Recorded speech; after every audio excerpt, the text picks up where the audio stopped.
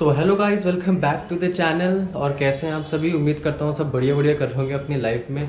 सो भाई ये देख सकते हो लेज़र खड़ी है अपनी, और आज पूरा 1 साल हो गया है इस टायर को लगाए हुए।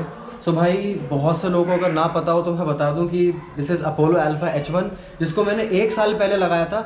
और आज की वीडियो में मैं इसी का रिव्यू करूँगा। अगर आप लोगों को भी अपोलो अल्फा H1 लगाना है तो आप ये वीडियो पहले देख लीजिए, उसके बाद अपोलो अल्फा H1 लगाइएगा, क्योंकि बिल्कुल ही ऑनेस्ट रिव्यू में देने वाला हूँ आज की वीडियो में। सो भाई वीडियो को स्टार्ट करते हैं। सो गाइस स्टार्ट करते हैं रिलायबिलिटी से। सो गाइस जब मैं रिलायबिलिटी की बात करता हूँ तो उसमें आपका टायर के कटने फटने या फिर पंचर की जो प्रॉब्लम है उसका जिक्र होता है। एंड मैं सच बताऊँ गाइस, 1 साल हो चुका है और इसमें आज तक एक भी पंचर नहीं हुआ है। और ऐसा नहीं है कि मैंने इसको सिर्फ ठीक ठाक रोड पे चलाया, मैंने इसको हर तरह के रोड पे चलाया है भाई। आज तक इस टायर में एक भी पंचर नहीं हुआ है भाई।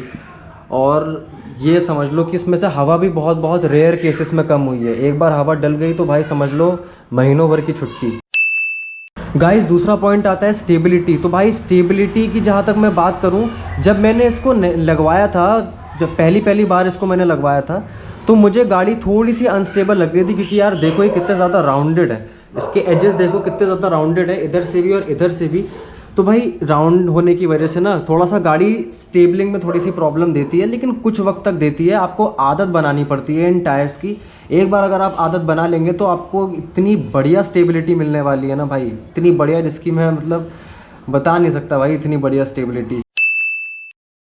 अब बात करते हैं गाइस वेट ग्रिप के बारे में। तो गाइस वेट ग्रिप का मैंने बहुत पहले बताया था अपनी प्रीवियस वीडियोस में कि इसकी वेट ग्रिप के बारे में रिव्यू करूंगा। तो भाई वेट ग्रिप की जहां तक बात करी जाए तो भाई वेट ग्रिप जो इसकी है वो भी मुझे काफ़ी अच्छी लगी है, काफ़ी इंप्रेसिव लगी है, क्योंकि यार मैंने इसको वेट सरफेसेस पे भी चला के देखा है और वेट सरफेसेस पे भी गाड़ी जो है ट्रैक्शन लूज़ नहीं करती, किसी भी तरीके से ट्रैक्शन लूज़ नहीं कर रही है। वो बात अलग है कि अगर आप बहुत ही एक्सट्रीम में चले जाएंगे तब तो गाड़ी आपको, जाहिर सी बात है आपकी गाड़ी स्लिप हो सकती है, ट्रैक्शन लूज़ हो सकता है। लेकिन आप अगर नॉर्मली चल रहे हैं और प्रॉपरली चल रहे हैं तो आपकी गाड़ी ट्रैक्शन लूज़ नहीं करेगी वेट सरफेसेस पे भी।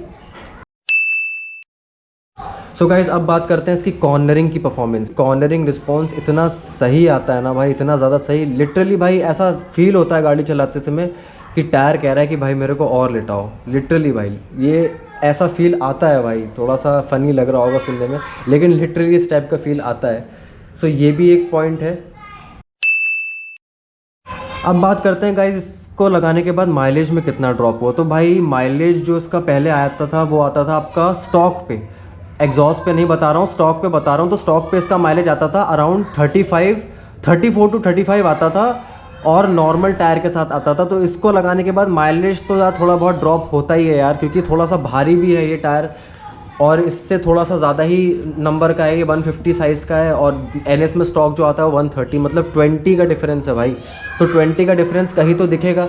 तो माइलेज पे यार दिखता तो है यार, फिर भी अगर आप प्यार से चलाते हैं गाड़ी को, ठीक से चलाते हैं, 80 पे क्रूज़ कर रहे हैं, ज़्यादा भगा नहीं रहे हैं, रश नहीं कर रहे हैं गाड़ी के साथ, तो भाई गाड़ी आपको आराम से 33 टू माइलेज निकाल के दे ही देगी भाई। 33 तो देगी भाई, मेरे को 33 इसने दिया है माइलेज। अब इसकी बात करते हैं टॉप एंड परफॉर्मेंस की। तो भाई टॉप एंड भी इसको लगाने के बाद कम हो गया, जो मैंने बताया ना 20 का डिफरेंस। तो 20 का डिफरेंस यार दिखता है भाई, माइलेज पे दिखता है और टॉप एंड में भी दिखता है। ये गाड़ी 156 से 157 जाती थी, क्योंकि ये BS4 एडिशन है। तो भाई ये टायर लगाने के बाद गाड़ी रफली जा रही है 152, बहुत ही हार्डली अगर मैं पुश करता हूँ तो 153। बाकी अभी तक मुझे रोड नहीं मिली है ठीक से, तो मेरे को जब भी फ्यूचर में मौका मिलेगा तो मैं टॉप एंड का टेस्ट फिर से करूँगा। लेकिन अभी के लिए अगर मैं बताऊँ तो 150 टू 152 तक ये इन टायर्स पे जाती है। साथ ही साथ गाइज इसको 1 साल हो गया है, और भाई ट्रेड्स देखो यार, इसके ग्रिप्स, एवरीथिंग यार बिल्कुल, कहते हैं ना बिल्कुल फ्रेश है यार। थोड़ा सा टायर गंदा है, लेकिन अगर उसकी धुलाई कर दी जाए ना एकदम नए जैसा। और जबकि इससे मैंने बर्नआउट्स भी किए हैं, हर तरह के काम किए हैं भाई इसमें। ऐसा नहीं है कि भाई मैंने इसको बहुत ही प्यार से रखा है, मैंने बहुत रफली भी यूज़ किया है, मैंने प्यार से भी रखा है, मैंने हर तरीके की राइडिंग की है, मैंने मिक्स राइडिंग की है भाई। तो मिक्स राइडिंग का रिजल्ट कुछ ऐसा है भाई, टायर बिल्कुल फ्रेश है यार। यूट्यूब पे बहुत सारे रिव्यूज़ हैं, लोग कह रहे हैं कि यार ये टायर अच्छा नहीं है, घिस जाता है बहुत जल्दी। यार मुझे 1 साल हो गया है, मैंने गाड़ी कम से कम 7 से 8 हज़ार किलोमीटर चला दी है। ज़्यादा नहीं चलाता हूँ, लेकिन जितनी भी चलाता हूँ मुझे पता है मैं कैसे चलाता हूँ। बाकी गाइज टायर जो है ना, आपको मैंने टायर दिखाई दिया है एंड बिल्कुल ही फ्रेश है यार टायर, देख सकते हो भाई बिल्कुल ही फ्रेश है। और मेरी तरफ से अगर मैं एक पर्सनल ओपिनियन दूँ ना, तो भाई मार्केट में 3 से 4 टाइप के टायर्स आ रहे हैं आपके। एक आपका मिचलिन पायलट स्ट्रीट है, फिर गाइज आपका पिरेली डियाब्लो रोसो 2 आता है। लेकिन गाइज वो दोनों टायर जो हैं थोड़े हाई रेंज में आते हैं। ये टायर जो है ये 5700 से 5800 के बीच में आता है। और भाई जिस तरीके का रिस्पॉन्स ये दे रहा है ना भाई, मैं सही बता रहा हूँ भाई, मैंने मिचलिन पे भी चलाया है और मैंने पिरेली भी चलाया। मेरे एक दोस्त के बाइक में पिरेली भी लगा हुआ है, एक के में मिचलिन भी लगा हुआ है। दोनों टायर्स को टेस्ट किया भाई, बिल्कुल फ्लैगशिप टायर जो होता है ना, फ्लैगशिप टायर जो तुम्हारा भाई परफॉर्मेंस के लिए ही बना है भाई, बिल्कुल वैसा ही परफॉर्मेंस दिया मुझे इस टायर ने। आज तक कभी डिसअपॉइंट नहीं किया भाई। सबसे ख़तरनाक चीज़, 1 साल हो गया और टायर में एक भी पंचर नहीं है यार। मैंने 3 टायर बदल दिए भाई, ऐसा ज़िंदगी में आज तक मेरे साथ कभी नहीं हुआ कि भाई 1 साल हो गया वो टायर को और टायर में पंचर ना हो।